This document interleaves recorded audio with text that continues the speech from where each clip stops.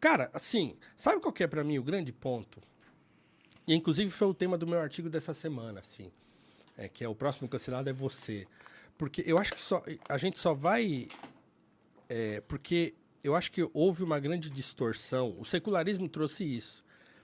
Que é essa ideia de que você pode estar certo. Né? A ideia do homem como sendo um homem naturalmente bom. Entendi. Aquela coisa russoniana. Que é um O erro homem é bom, a tremendo. sociedade que o corrompe. E se a gente for pensar bem, a herança que o mundo inteiro, o Ocidente especificamente, mas no mundo todo existe isso. Né? Isso foi tema, inclusive, na minha dissertação de mestrado, assim, porque eu estudei a trilogia cósmica do C.S. Lewis. E o segundo livro da trilogia chama Perelandra, e é uma espécie de discussão sobre o pecado original.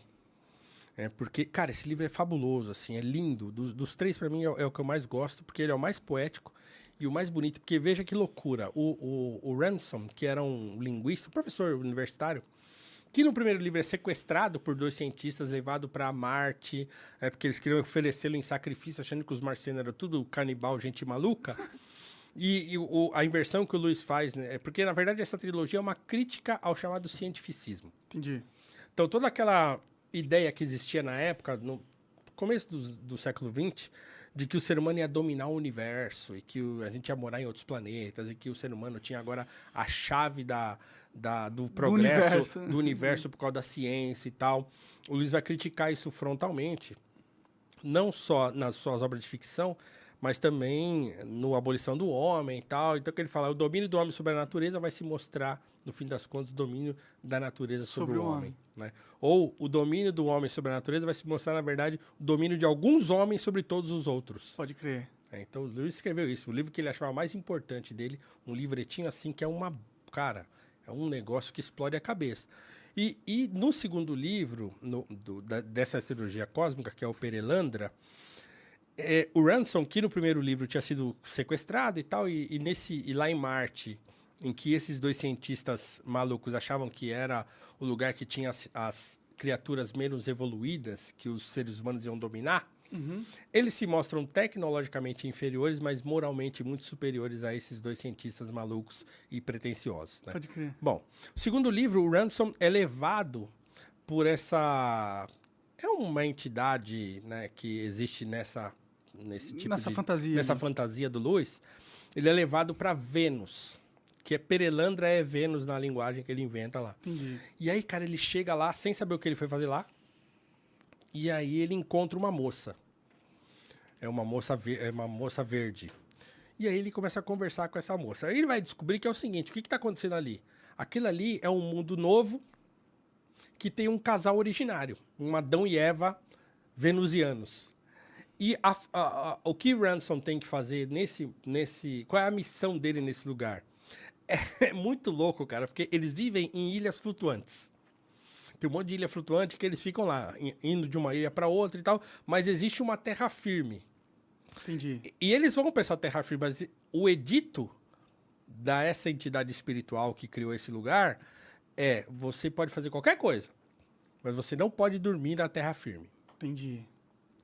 Então, a missão do Ransom lá é, de certo modo, impedir que eles durmam na terra firme. Por quê? Porque vai aparecer um outro elemento lá que vai tentar fazê-los dormir lá. Não, tá tudo bem. Você acha que é um paralelo com a ideia do pecado original, do comer o fruto proibido e tal, não sei o que lá. Então, bom, a doutrina do pecado original, ainda que a gente não acredite nela, em termos religiosos, a gente não pode negar que ela trouxe para o Ocidente essa ideia de que o homem está danificado.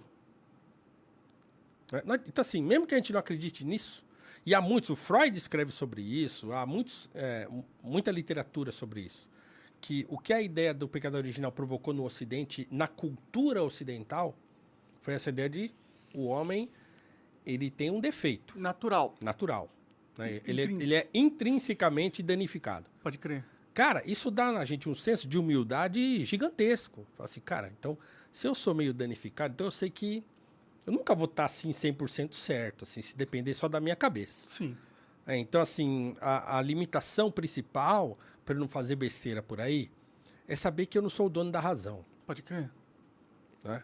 Então, esse tipo de humildade que a doutrina do pecado original imprimiu na cultura do Ocidente é uma coisa que muitas vezes refreou os impulsos do ser humano.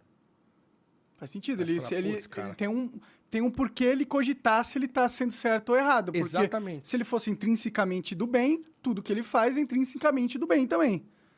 Uhum. Então, essa ideia do ser humano idílico, né, é uma ideia moderna, né, russoniano. Rousseau que veio com esse papo furado e pegou. Então, o ser humano contemporâneo, ele acha que ele é bom. Né? Principalmente os lacradores. Esses caras são os mais russonianos de todos. Né? Porque o Marx vai herdar isso do Rousseau. Né? Essa ideia de que a pessoa precisa ter uma consciência de classe, que eu descobri agora qual é o problema. O problema é que a história da humanidade é a história da luta de classes.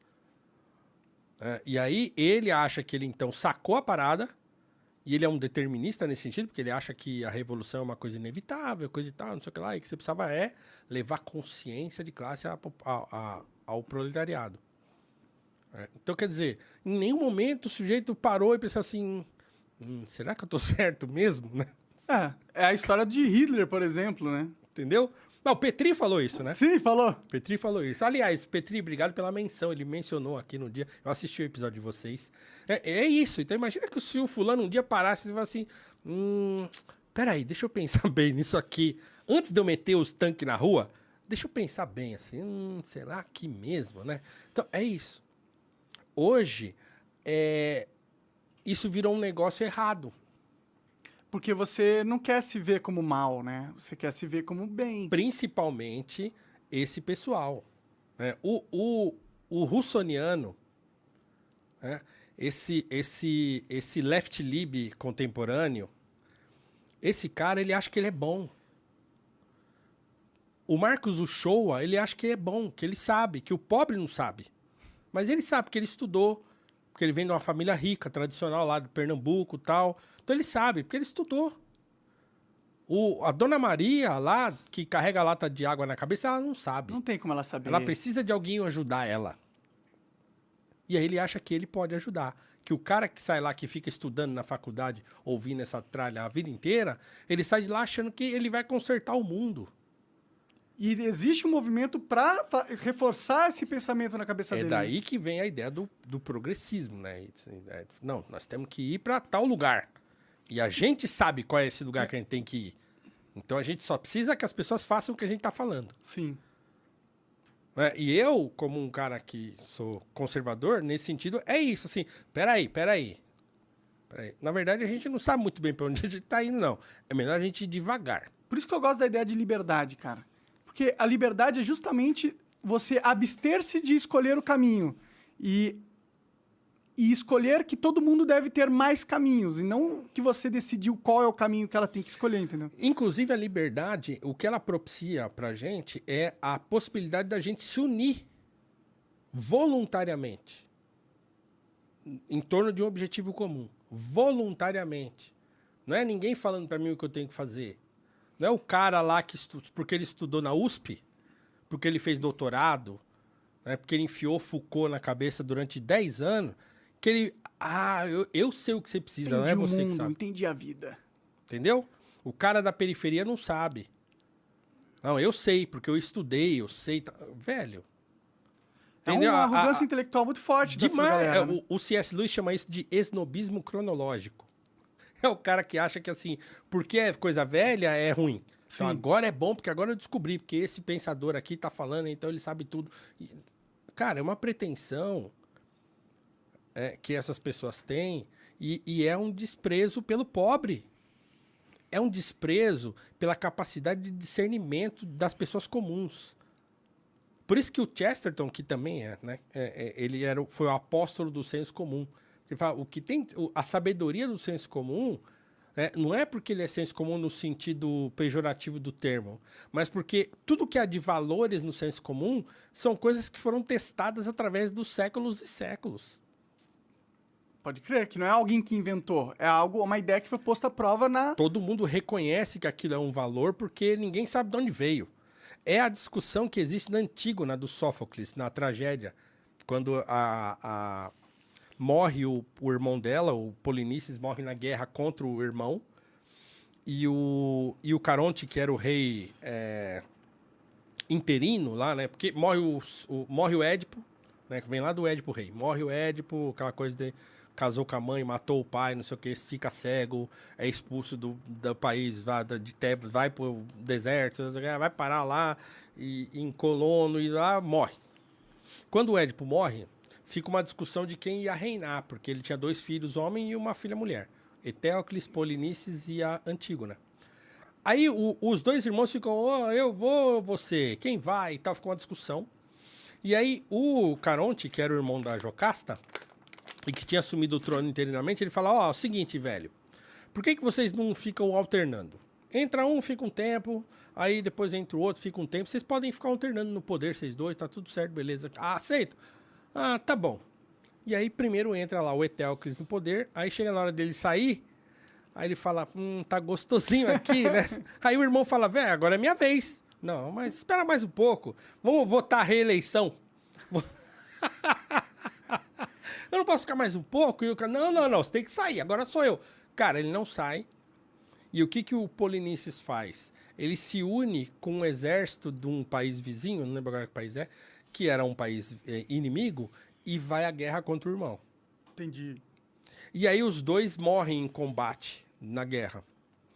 E aí o Caronte fica irado com essa porcaria, com essa coisa fratricida, e ele fala, o Polinices que foi à guerra contra o próprio irmão, ele não pode ser enterrado aqui em Tebas, não pode. Então ele, olha só, faz um decreto, uma lei, fala, não vai enterrar o Polinices aqui, pronto. A Antígona, que era a irmã deles, que sobra lá viva, ela fala, peraí, mas segundo a nossa tradição, todo morto deve ser enterrado. Caso contrário, a alma dele fica aqui, não vai pro Hades. Entendi. Ela fica desesperada com a possibilidade do irmão dela ficar vagando, né, o espírito dele ficar vagando. O que ela faz? Ela resolve desobedecer a lei. Ela sequestra o corpo do irmão para enterrá-lo lá no deserto. E ela é pega, cavando o buraco. O que você tá fazendo aí? Os guardas pegam ela lá. Ela vai presa. E aí ela é levada diante do rei. O rei fala, e aí? Como assim? Como que você pensa que você pode desobedecer o rei desse jeito? Eu fiz a lei, tá aqui, o decreto é esse. Polinices devia ser comido pelos abutres, ele não ia poder ser. Né? O que ele fez foi errado. Aí ela olhou pra cara do rei e falou assim, meu velho, é o seguinte, essa lei que esse decreto que você promulgou agora, é um decreto de agora, seu. Mas a lei que determina que os mortos devem ser enterrados, essa lei, nem os deuses fizeram essa lei. Ela existe desde antes de os deuses existirem. Então o que é melhor para mim? Desobedecer a sua lei, que você fez agora aí, ou a lei, que é uma lei que existe desde sempre. Desde tempos imemoriais essa lei existe. Eu vou desagradar os deuses ou vou desagradar você? Eu prefiro desagradar você. E ela é morta. Como sempre. Foda, cara. Eu acho que o caminho da pessoa correta é morrer tragicamente. Mas isso são exemplos, cara, Sim. que a literatura nos dá e que a própria história nos dá de que a gente não é o dono da verdade, cara.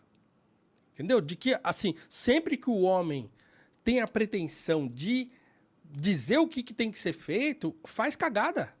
Pode crer, eu concordo plenamente. Esse é o troço que as pessoas têm que aprender. Por isso que a liberdade Todo sujeito que se arroga o direito de dizer para onde que a sociedade tem que ir, porque ele sabe e tal, cara, vai dar errado.